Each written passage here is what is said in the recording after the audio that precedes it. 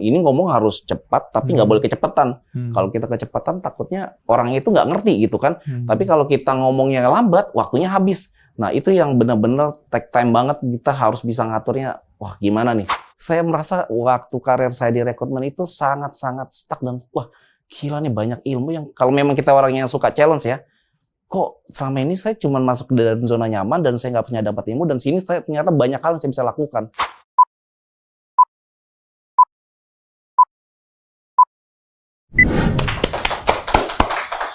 Oke, halo teman-teman.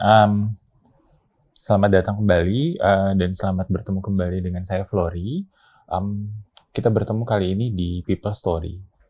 Untuk teman-teman yang mungkin baru pertama kali menyaksikan atau mendengarkan People Story, ini adalah podcast atau acara yang sebenarnya menghadirkan rekan-rekan kita atau teman-teman kita dengan cerita mereka sendiri.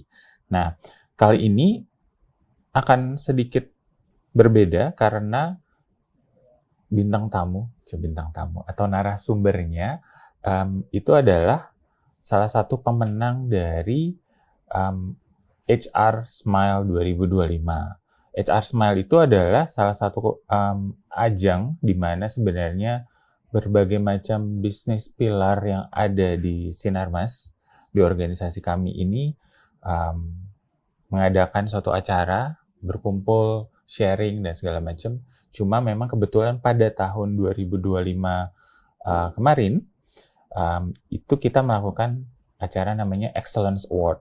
Dan salah satu kategorinya adalah HR Manager of the Year. Nah, sekarang kita sudah kedatangan Felix Andres Panggabean. Benar ya? Betul sekali. Oke. Nama panggilannya atau nama panggungnya siapa? Felix aja. Felix ya, oke. Thank you ya Felix. Sudah meluangkan waktunya di tengah kesibukannya. Pasti ya kebayang ya kenapa dia bisa sampai HR Manager of the Year. Dan kita cari tahu yuk sebenarnya Felix itu kegiatannya seperti apa, gimana sampai bisa ikutan kemarin HR Smile. Sambil ya kita ngobrol-ngobrol nih tentang jadi HR itu sebenarnya kayak gimana sih sejauh ini dan di industri Felix saat ini. Nah, mungkin biar yang nonton atau yang dengerin tahu dulu tentang Felix, mungkin boleh kenalan dulu Felix, cerita dulu, silahkan. Oke. Halo semuanya, saya Felix, saya bekerja di Asia Pub and Paper Indonesia sebagai manajer SRBP untuk paper area. Saya handle mungkin 17.000 headcount seluruh Indonesia dengan bisnis kita pulp, paper, tisu, converting, dan juga offset printing, dan juga ada chemical juga. Mungkin sementara itu dulu kali ya. HRBP ya? SRBP. Oke. Sebenarnya kalau misalnya secara singkat nih, HRBP itu ngapain sih? Karena kan kesannya keren banget ya. Banyak tuh teman-teman yang kalau misalnya dari dulu lah, mau kemana aspirasinya, mau jadi HR Business Partner. Mungkin boleh kasih gambaran nggak, Felix? Iya. HR Business Partner itu sebenarnya ngapain sih? Gitu. Oke. SRBP ini lebih ke benar-benar dia sebagai berperan untuk menjembatani ya dalam setiap program karena kita kerjasama dengan seluruh business leader langsung terlibat dan juga bagaimana menjalankan program dari COE. Di kami ada Center of Excellence, ada Recruitment, ada OD, ada Talent Management and Assessment, ada Excellence dan juga SR Tech dan lain-lain. Nah, jadi kita bagaimana bisa setiap program ini bisa berjalan dengan baik dan membantu bisnis. Ya, jadi setiap mindset-nya harus bisa bagaimana running-nya tuh bisa berjalan baik karena bisnis tuh jangan sampai SR tuh jangan sampai menjadi bottleneck ya. SR jangan sampai membuat jadi hal-hal yang bisnis tuh terganggu. Jadi bisa berperan sebagai change management, game changers dan juga sebagai strategik di dalam bisnis tersebut gitu kira-kira. Oke. Nah, kalau misalnya kayak gitu day to day activities-nya kayak gimana sih sebenarnya? Oke, day-to-day. Karena kalau saya kan handle-nya untuk SRBP untuk seluruh mil. Jadi kebanyakan kita akan membahas mengenai, dan APP ini saya handle untuk SRBP-nya ini kita banyak PR di dalam hal talent management salah satunya, internal talent. Karena bisnis kita tuh sangat niche, Pak Flo. Jadi kalau misalkan dibilang pulp and paper itu nggak banyak ada di Indonesia, ya kan? That's why kadang kita bisnis terus berkembang. expansion di mana-mana. Pembelian mesin baru, pabrik pembangunan baru besar-besaran gitu. Nah, kita harus ada salah satu peran BP adalah di situ kita harus menyiapkan talent-talent yang memang ready. Kita harus bisa berkata dengan data berapa banyak karyawan yang mungkin perlu regenerasi dengan usia pensiunnya, dengan bagaimana juga karyawan yang memang bisa kita talent movement. Nah, itu peran SRBP dalam hal di dalam talent manajemennya. Dan dalam rekrutmennya juga untuk kebutuhan-kebutuhan tertentu, misalkan critical position ya kan, ataupun niche position. Nah, SRBP juga harus membangun relasi dengan setiap leader dan juga rekrutmen, bagaimana mereka punya talent readiness yang dari eksternal untuk membantu bisnis tersebut. Dan juga dari industrial relation, mungkin ada hal-hal yang mungkin ada isu antara konflik dengan serikat dan yang lain-lain, itu SRBP juga berperan untuk bekerja sama dengan setiap bisnis leader dan juga setiap COE tersebut gitu. Berarti sebenarnya kayak fasilitator atau katalisator antara bisnis dengan SDM atau gimana? Betul. Tapi yang saya tekankan di sini adalah kita nggak cuman boleh jadi SRBP yang hanya listen ya, ABS ya, atas asal Bapak senang ya kan. Nah, makanya dulu saya ingat banget waktu ada CRO kami global dari UK waktu itu dia bilang peran SRBP tadi di mana? Ini area manager, ini SRBP. Kalian ada di sini atau di sini atau malah di bawah gitu. Karena nggak boleh SRBP itu cuma yes bos saja. Karena kebanyakan kan kita SR itu perannya kadang-kadang apa yang dimau user ya udah ikutin. Ya kan, contoh ada konflik salah satu atasan bahwa dia ingin rilis salah satu timnya, dia merasa kurang gitu. Nah, SRBP harus bisa memastikan gitu. Jangan sampai hanya sepihak gitu. Bagaimana kita bisa melakukan improvement dari si karyawan tersebut, bagaimana kita bisa mengembangkan orang tersebut, ada hal-hal poin gitu. Jadi benar-benar nggak cuma listen tapi facilitate. Bagaimana kita bisa menawarkan program yang bisa kita lakukan, entah itu movement, entah kita berikan kesempatan, dan lain-lain. Jadi itu juga salah satu peran strateginya SRBP. Gitu.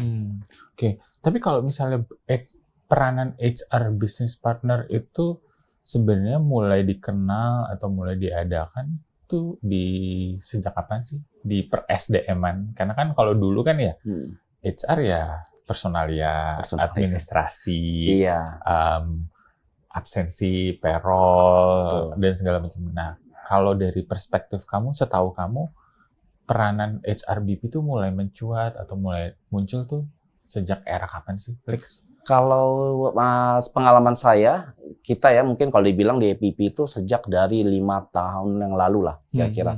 Itu baru firmnya banget gitu. Karena waktu itu kita masih banyak hal yang mungkin CEO ini dalam hal nggak semua orang juga tadi yang bilang bisa memfasilitator, bisa negosiator, bisa convince, itu nggak semua CEO kan lebih banyak kayak pembuat kebijakan. Tapi saat dia head to head ataupun diskusi dengan si user itu nggak semua orang bisa gitu. Nah itu yang makanya peran itu yang berjalannya waktu ternyata kita butuh nih orang-orang yang mungkin kalau dibilang ready ya kan, mungkin kalau dibilang kalau DBP itu 24 hours gitu, kayak kemarin ada case banjir, pandemi, itu SRBP yang udah dicari. Berapa karyawan di kalian, berapa banyak yang harus kita selamatkan, berapa banyak ini. Itu SRBP harus bergerak semuanya gitu. Nah, SRBP itu kalau saya lihat memang membantu mulai ada tuh di sekitar 5 tahun yang lalu itu kalau di EPP kita udah mulai. Kalau di EPP ya. Iya. Oke. Nah, tapi kamu sendiri sebelum di role HRBP ini peranannya apakah langsung atau pernah di COE kayak yang tadi kamu bilang atau gimana? Mayoritas pengalaman saya sebenarnya rekrutmen. Jadi kalau ngomongin rekrutmen saya sudah banget lah ya kan. Saya di EPP juga saya sudah menangkan berapa kali udah rekrutmen sebagai Global Recruitment of the Year, Global Recruitment Team Leader berkali-kali. Jadi kalau ngomongin rekrutmen saya sudah menguasai. Jadi that's why mungkin karena passion saya dari rekrutmen, biasa ngobrol, biasa diskusi, biasa meyakinkan user atau bagaimana menjalankan program, dan juga mungkin keresahan saya sendiri kok banyak hal yang kayaknya harusnya bisa dibikin nih. Nah, that's why saya tertarik, makanya ditawarkan untuk di SRBP. Oh, ini kayaknya momen nih gitu. Karena kalau mau melakukan perubahan nggak cuma di COE doang gitu. Kalian harus bisa meyakinkan business leader itu seperti apa. Nah, that's why dari passion saya mengenai rekrutmen, saya akhirnya mencoba untuk masuk ke SRBP. Oke. Gitu. Beda signifikan antara COE sama business partner menurut kamu gimana sejauh ini? Bedanya adalah kita merasakan bisnis yang terjadi, ya kan? Kalau misalkan COE, mungkin dia pembuat kebijakan, dia bikin aturan A, ya kan? Tapi di bisnis tuh nggak bisa, nyata B gitu. Contoh kayak gambaran tuh sales sama marketing. Orang marketing buat sebuah program, Terus orang sales bilang program itu nggak berlaku. Kalau misalkan marketing bilang enggak, saya dari headquarter, saya yang mengatur, kamu nggak bisa. Ini program saya lebih tepat. Tapi orang lapangan itu nggak bilang enggak. Saat ini tuh bukan promo dengan buy one get one gitu, tapi promo dengan diskon gitu. Market kita nggak kayak gitu. Nah, that's why tadi dari sisi kita SRBP kita lebih tahu. Oh enggak nih, nggak kayak gitu. Contoh saya salah satunya mungkin tadi di project kita untuk buat manpower request dalam rekrutmen. Harus buat one by one. Kita butuh waktu itu 2.403 untuk karyawan. Itu bisa pegel itu tangannya si user dengan one by one dimasukin 2.403 MPR by sistem klik. Nah, kita juga dari bisnis nggak bisa kayak gini. Kita buat mungkin 1 MPR untuk rame, kita masukin dalam Excel, kita tanda tangan semua PIC untuk mempercepat proses gitu. Kalau kita nungguin kayak gitu, nggak selesai, usernya juga lagi sibuk banget, ya kan, dia disuruh harus buat MPR 2.403, sangat-sangat konvensional juga gitu. Akhirnya kita harus membuat kebijakan. Nah, BP di situ berperan untuk bisa membantu supaya jangan sampai stop nih, karena kalau apalagi ngomongin project nggak bisa delay. Kalau ngomongin mungkin operasional ada yang resign satu masih ada backup lagi. Tapi kalau project kita ngomongin return of investment, berapa banyak investasi yang udah keluar duit dari owner, ya kan tertunda, delay gara-gara ya rekrutmen mungkin nggak mau tanpa MPR nggak akan jalan gitu. Nah itu kan akan merusak proses gitu bisnis gitu. Oke. Nah tadi sempat bilang pernah didapat acknowledgement atau pengakuan dari global. Itu biasanya kalau proses-proses kayak gitu gimana sih, Lex? Oke. Prosesnya biasanya kita kan setiap tahun tuh dikumpulin dari setiap tim global recruitment. Nah dulu sebelum pandemi kita diundang ke China langsung. Jadi presentasi langsung dengan seluruh tim global recruitment dari South Africa, dari China, dari Australia, dari Jepang dan lain-lain ya. Kita di sana untuk berpresentasi sama kayak acara SR Smile kemarin itu, kita jadi presentasi pencapaian kita, apa yang bisa kita lakukan saat itu dan bagaimana cara melakukannya dan apa yang bisa kita take for the future gitu kan. Jadi apa yang kita jadi sharing semuanya gitu. Nah, itu nanti ditunjukkan data-data. Biasanya kalau rekrutmen kan dilihat kan berapa banyak yang di fulfillment, berapa banyak lead time-nya itu lama apa enggak. Terus senior position-nya berapa banyak yang kita closing. Dan juga kalau dibilang survei hiring manager, ya kan puas nggak mereka dengan kita. Nah data-data itu kita tunjukkan, kita presentasikan, dan disitulah nanti akan dilombakan dan dinilai langsung oleh judges dari global sendiri. Gitu. Oh gitu. Oke. Nah kemudian masuk ke HR Smile. Itu gimana ceritanya bisa kemudian ikutan? Apakah memang kamu sendiri yang memutuskan daftar atau ada yang mendorong atau gimana ceritanya? Ini menarik. Kalau dibilang, makanya seluruh APP tahu tadi itu maksudnya Mas tadi yang bilang, saya juga bercerita bahwa sebenarnya saya nggak mendaftar. Jadi seperti pada umumnya ya kan, atasan saya ya ini support juga dari bos saya Bu Denis ya kan, dia daftarin saya gitu. Makanya waktu social briefing dengan tim APP bahwa nama-nama ini akan melakukan SR Smile kategori ini gitu. Dan pertanyaan saya yang dari pertama tanya saya mau withdraw. Saya mau withdraw karena banyak banget jujur aja 1,5 saya saat di APP kan saya 9 tahun. Jadi di SRBP saya 1,5 tahun ya. Nah itu banyak PR sebenarnya yang mau banyak hal yang tadi yang masih banyak yang perlu saya kerjakan. Dan nggak cuma berhenti di situ tadi, APP itu nggak pernah, makanya orang bilang, kamu kan di perusahaan besar gitu kan, kamu udah nyaman duduk rekrutmen tinggal tutup mata, pakai headhunter, kiri kanan. Enggak, di APP itu nggak pernah stop. Ya mungkin salah satunya itu membuat saya juga bertahan ya. Jadi kayak Iron Army ya dengan plakat kita culture-nya. Kerja benar-benar banyak proyek. Nah, di situ lagi banyak proyek juga yang lain nggak stop. Nah, saya pikir-pikir tapi akhirnya mereka bilang, kamu harus ikut ya kan. Tunjukin ya kan APP seperti apa ya kan. Nah, udahlah saya pikir. Dan juga beban yang kedua adalah kan saya menang terus itu Global Recruitment Team Leader. Nanti kan orang akan bilang, cuman rekrutmen doang. Ya kan kamu nggak bisa nih kayak di SR Manager ya kan. Jangan-jangan cuman menangnya cuman di passion kamu dari rekrutmen doang gitu. Nah itu jadi challenge juga. Ya udah, akhirnya saya coba. Ya akhirnya ya makanya orang bilang, kok bisa menang gitu. Padahal kemarin udah mau withdraw. Nah itu mesti menyiapkan apa sih dalam prosesnya kayak gitu, Lex? Mungkin biar teman-teman kalau misalnya tertarik ada acara yang serupa, ya kan kayak tadi kamu bilang juga dijorokin atasan gitu loh, tanpa persetujuan tiba-tiba ini udah aku daftarin gitu loh ya. Ada proses apa sih yang harus dilalui sampai mungkin sampai final, terus pas diumumin ternyata menjadi pemenang. Was it a surprise atau kayak yang ya udah emang udah siap-siap dengan baik gitu? Oke, kalau dibilang persiapan ya paling persiapan kita kan ada buat videonya ya, buat videonya. Itu yang mungkin yang agak PR ya. Di malam ini kan video nih saya bukan yang yang terbiasa banget dengan membuat video gitu. Mungkin kalau PPT tadi mungkin setelah ikut kompetisi biasa ya untuk buat PPT gitu. Tapi untuk membuat video itu ya mungkin yang sedikit harus apa sih gitu kan harus kita sampaikan dan memang menarik dinilai oleh si juri itu nggak cuma video yang setengah-setengah. Nah itu yang karena kebiasaan saya selalu membuat itu more than expectation lah ya, more than daripada normalnya gitu. Nah, itu kadang-kadang yang buat kepala tuh makanya tadi saya bilang mau withdraw karena membuat sesuatu nggak boleh setengah-setengah gitu. Nah itu jadi kayak aduh ada lagi nih kerjaan ini belum selesai nih kan. Nah kita kan bukan karakter orang yang buat yang biasa-biasa aja. That's why saya selalu mencoba untuk terbaik. Nah akhirnya ya saya pertama ya buat PPT biasanya di saat itu saya menyampaikan adalah mengenai proyek kita salah satunya IKK ya Indah Kiat Karawang karena itu proyek yang sangat besar sekali. Ya kan dengan total nilai investasinya sangat-sangat besar sekali. Nah itu yang coba saya sampaikan di sana dan itu benar-benar challenge banget ya kan karena kita bermain nggak cuman secara normal. Tadi kita bergerak mulai dari rekrutmen, organization development mesti ada, akademi, training sampai kita kirim tim ke China untuk mereka ikut training di sana. Ya kan kerjasama kolaborasi antar sister mill, dudukin semua senior citizen ataupun leader-leader. Nah itu yang akhirnya saya sampaikan di sana bahwa ini yang kita jalankan dari awal visi, misi sampai juga implementasi dan juga resultnya seperti apa. Itu kita tuliskan dalam setiap paperwork di situ, di aktivitasnya di PPT itu kita mulai semuanya ceritakan di sana sih. Gitu. Oke. Itu video berapa menit terus bikinnya berapa hari?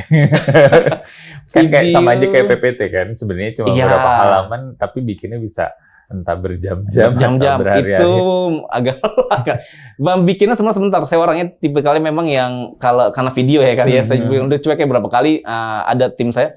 Pak, lagi Pak. Udah lagi aja. Kalau misalkan dilihat video saya itu pun juga belum disetrika. Saya nyokot aja orang cek amat gitu kan. Nah, karena bagi saya kita bikinnya itu untuk kata-kata semuanya mungkin bisa 2-3 hari, tapi bikin videonya itu 60 detik. Nah, itu yang bikin PR. 60 detik itu video durasi 60 detik. 1 menit ya? Iya, 60 detik itu kayak kita harus ngomong, menyampaikan pesan dan orang itu paham dan itu dapat nangkep, itu kan susah gitu. Kalau ngomongin mungkin udah 5 menit itu sangat waktunya masih cukup banget gitu. Dan ini ngomong harus cepat tapi nggak boleh kecepatan. Kalau kita kecepatan takutnya orang itu nggak ngerti gitu kan. Tapi kalau kita ngomongnya lambat, waktunya habis. Nah, itu yang benar-benar take time banget kita harus bisa ngaturnya. Wah, gimana nih ya menyampaikannya itu. Oke. Berarti dibantu sama tim ya dalam bikin videonya ya? Timnya sih lebih tepatnya anak intern. Oh, anak intern. Anak intern. Ya. Pakai kamera tertentu? Enggak. Atau pakai handphone aja atau gimana? Handphone aja pakai payung udah cukup.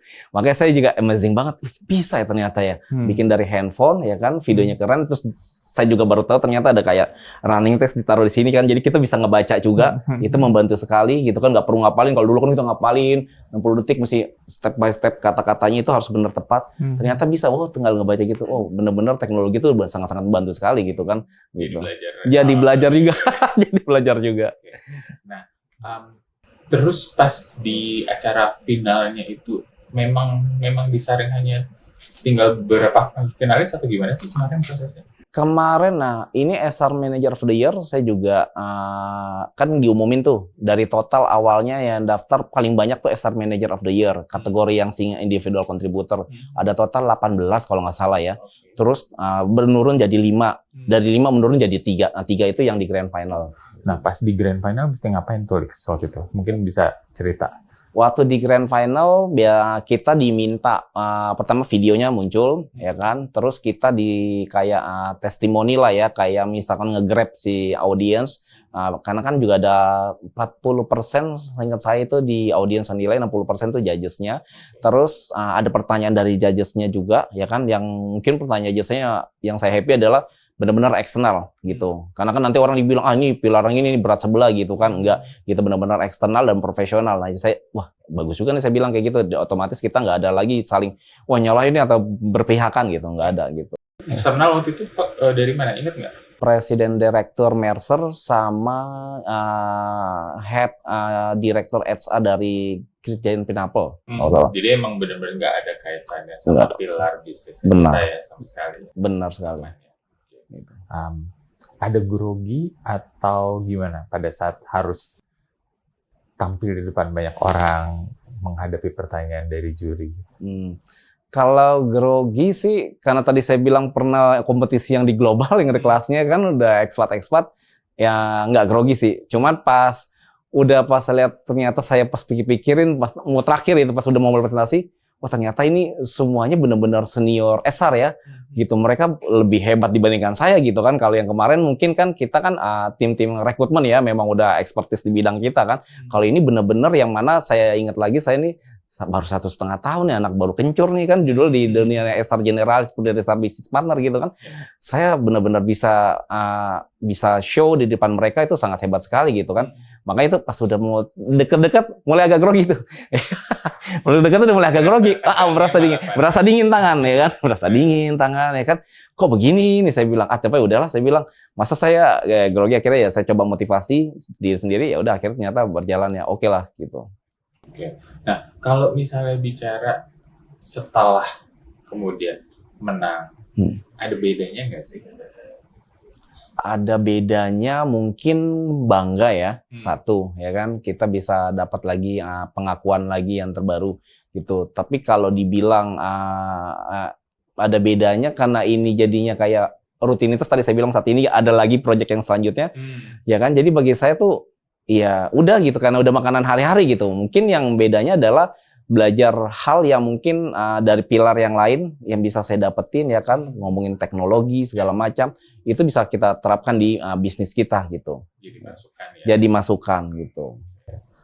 Jadi menurut kamu kalau misalnya ada cara-cara serupa, teman-teman harus ikut atau harus nggak pede atau harus gimana, Lex? Harus ikut sih, kalau saya bilang harus ikut. Karena ini juga karakter kita, kalau saya bilangin ya, karakter kita kan kompetisi itu sangat menentukan. Kalau kita ngomongin saya bagus, tapi nggak pernah ikut kompetisi, itu sama juga bohong. Kayak orang main bola kan, dia jago main bola, tapi nggak pernah juara apapun gitu, nggak ada kompetisinya. Itu sangat, ya kalau saya bilang itu sangat sayang kalau memang nggak dicoba gitu. Karena ini sangat penting, ya kan, apalagi untuk menambah kepercayaan kita, untuk menambah pembelajaran kita, untuk mengevaluasi, dan dalam menjalankan bisnis juga itu sangat penting sekali. Oke.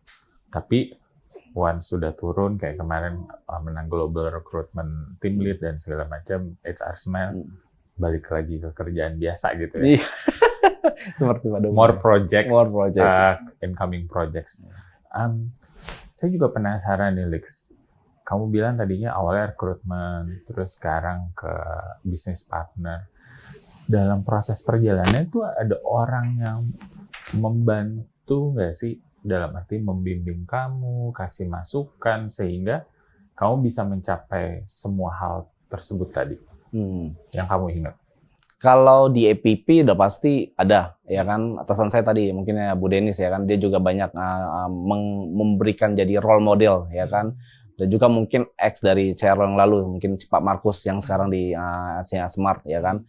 Nah jadi saya banyak belajar dari mereka, dan saya memang karakternya suka melihat orang-orang yang memang bisa kita pakai idenya, maksudnya bukan pakai idenya, modelnya yang bisa kita pakai untuk digunakan di aktivitas kita hari-hari gitu, dan memang nyambung sefrekuensi. Karena itu sangat penting, Pak. Kalau misalkan dibilang salah satu kesuksesan bagi saya itu harus punya tim yang bagus, support system yang bagus, ya kan, ataupun juga atasan bisa support kita, itu sangat penting sekali gitu. Nah, tadi sempat cerita bahwa awalnya rekrutmen, kemudian dapat tawaran. Itu dapat tawarannya dari siapa atau dari mana? Gimana prosesnya? Oke. Udah banyak banget sebenarnya. Saya ditawarin itu sejak tahun 2022-2023. Itu saya ditawarin, tapi saya nggak mau. Ya kan, waktu itu saya nggak mau. Saya pikir ya enggak lah, mendingan di rekrutmen aja lah. Kalau dibilang comfort zone, ya kan. Dari awal pertama karir sampai sekarang rekrutmen. udah tutup mata ya kan kalau ngerjain semua rekrutmen, makanya semua challenge sudah saya lakukan karena kan saya sebelumnya tadi rekrutmen di gak cuma di pulp and paper, saya pernah di transportasi, di IT, di mining, di oil and gas, APC, semua dari, dan bisnis itu sama berbeda dan saya bisa survive gitu karena kan biasa orang bedanya sama bisnisnya gitu, nah saya bisa bertahan gitu. Nah pas di momen itu saya merasa udahlah, udah comfort zone lah, ngapain sih move other opportunity untuk jadi hal sesuatu yang belajar dari nol lagi, ya kan mendingan udah jalanin aja yang di saat ini. Nah itu challenge saya bilang, tapi saya mau coba deh keluar tadi karena saya pengen lihat tadi, saya mau lakukan perubahan nih. Kalau gue cuman jadi orang yang standby di sini aja, ya nggak ada ilmu yang didapetin. Terus saya hitung-hitung lagi, usia saya berapa, saya harus nambahin lagi waktu ilmu saya. Kayak nggak boleh nih, kayak gini doang. Nah, terus akhirnya tawaran yang terakhir, akhirnya mereka udah nawarin berkali-kali, akhirnya saya pikir ya udahlah, saya take the opportunity ya kan untuk jadi SRBP gitu. Dan setelah jadi SRBP, saya nggak mau jadi rekrutmen lagi. Kenapa tuh? Karena saya pikir, wah ternyata banyak dunia, banyak ilmu yang saya bisa kembangin, nggak cuma rekrutmen. Saya merasa waktu karir saya di rekrutmen itu sangat-sangat stuck dan wah gila nih banyak ilmu yang kalau memang kita orang yang suka challenge ya, kok selama ini saya cuma masuk dari zona nyaman dan saya nggak punya dapat ilmu, dan sini saya ternyata banyak hal yang saya bisa lakukan. Mainannya banyak gitu. Dan Anda bisa memberikan kontribusi dari sisi bisnis, dari sisi manusianya, kita bisa memberdayakan manusianya, kita bisa membuat proses yang bagus segala macam, membantu banget gitu. Oke. Jadi udah happy jadi business partner. Benar. Oke. Kalau misalnya bicara tentang menjadi HR manager atau HR profesional yang baik, from your view sejauh ini, misalnya tadi kan 9 tahun di rekrutmen, kemudian di business partner 1,5 tahun, udah 10 tahun, bahkan mau 11 tahun ya. 9 tahun total di APP. Jadi kalau di SRBP itu 1,5 tahun, jadi mungkin di rekrutmen sekitar 7,5 tahun lah ya. 7,5 tahun saya di APP. Apa tuh tips dan triks biar orang akan bisa bilang kamu adalah orang HR yang oke atau orang HR yang bagus? Yang mungkin bisa di-share ke teman-teman yang lagi mau memulai karir di HR atau mulai mempertimbangkan berkarir di HR, mungkin boleh di-share. Oke. Untuk menjadi karir bisa bagus ya, pertama jangan pernah berhenti untuk belajar. Keep learning from anyone ya, ke siapapun gitu. Dan juga dengan kapanpun gitu. Jadi jangan kita membatasi diri kita. Makanya saya punya tim anak-anak baru dan juga intern-intern kita, saya selalu tekankan, jangan buang waktu Anda ya kan, apalagi saya juga kadang-kadang kampus roadshow, saya ceritakan kadang-kadang orang Indonesia ini kan kita terbiasa untuk minder. Saat ditanya di depan acara, di depan dosen, siapa yang mau nanya? Diem, semua nunduk. Pas udah keluar, saya tadi mau nanya gitu, udah wasting time. Karena saya banyak belajar juga dengan hire karyawan-karyawan ekspatriat gitu, mereka sangat-sangat terbuka sekali dan mereka berani berbicara gitu. Sedangkan kalau orang kita kan terbiasa dengan nunduk, nggak akan berani melakukan apapun gitu. Nah itu saya perhatikan, makanya saya selalu komen, tanya gitu. Dan apalagi jangan sampai berhenti bertanya gitu. Kita harus punya mental yang memang orang Indonesia ini harus bisa, anak-anak muda ini untuk berani berbicara gitu kan. Karena jangan sampai tadi saya bilang orang-orang di luar udah kemana-mana, udah bertanya hal, tapi kita masih terlalu menjadi ya orang-orang yang pendiam ya kan, cuma menjadi pengguna saja gitu kan. Nah, itu salah satunya. Terus yang kedua adalah lakukan sesuatu tuh nggak cuman cepat doang, tapi kita harus melakukan hal tersebut benar-benar pastikan kualitasnya bagus. Dan ketiga ya adalah kita harus berani untuk melakukan, menerima dulu dan konsisten dan melakukan lebih dari apa yang diberikan, apa yang ditentukan ya goalsnya gitu. Nah, itu sangat penting gitu kan untuk anak-anak muda. Dan belajar SR itu tadi saya bilang nggak gampang gitu. Nggak gampang itu maksudnya memang orang jurusan, mungkin kan SR banyak kan orang psikologi ya kan, psikologi ataupun hukum. Nah itu juga mempengaruhi mereka ya, mungkin ilmu yang mereka lakukan itu harus mereka berani untuk terapkan di dalam pekerjaan mereka gitu. Oke, berarti kalau dari cerita kamu tadi, Lix, saran kamu adalah untuk nggak berhenti belajar ya. Berarti ya selalu update lah ya dengan tren-tren baru. Karena kan kamu sendiri juga menghandle bisnisnya ada beberapa. Terus juga ketika bicara itu mendorong orang-orang untuk selalu berani bertanya, selalu berani berbicara, kayak gitu ya. Yeah.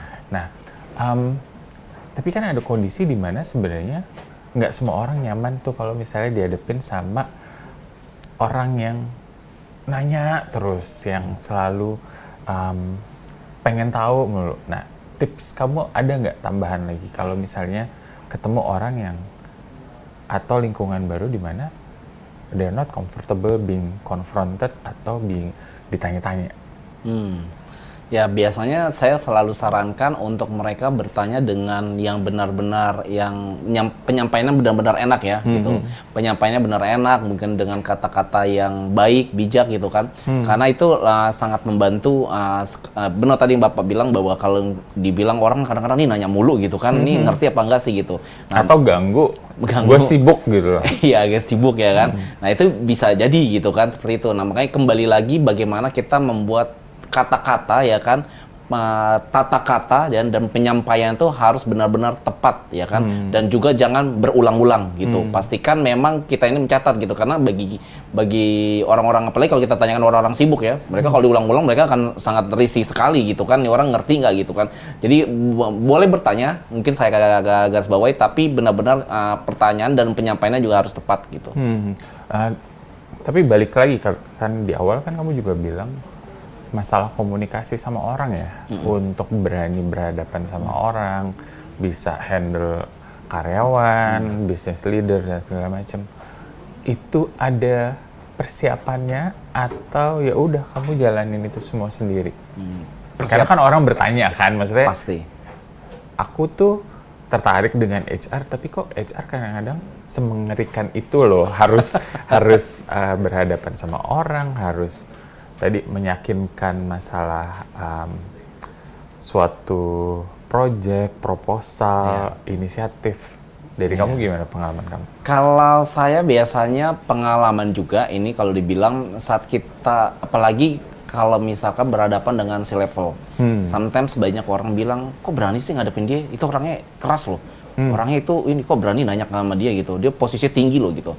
Nah, biasanya saya akan lihat dulu profil orang tersebut. Pertama, orang ini karakternya seperti apa, orang ini butuh hal yang nggak muter-muter, ya kan, orang ini mau selalu kalau berbicara ke arah mana, saya harus pelajari dulu, saya harus lihat dulu gitu kan, dan saya harus bisa meyakinkan bahwa kepada mereka bahwa ini saya orang yang tepat. Nah, jadi nggak kita mau ngobrol sama dia, ya ngobrol aja langsung datang gitu, nggak kayak gitu.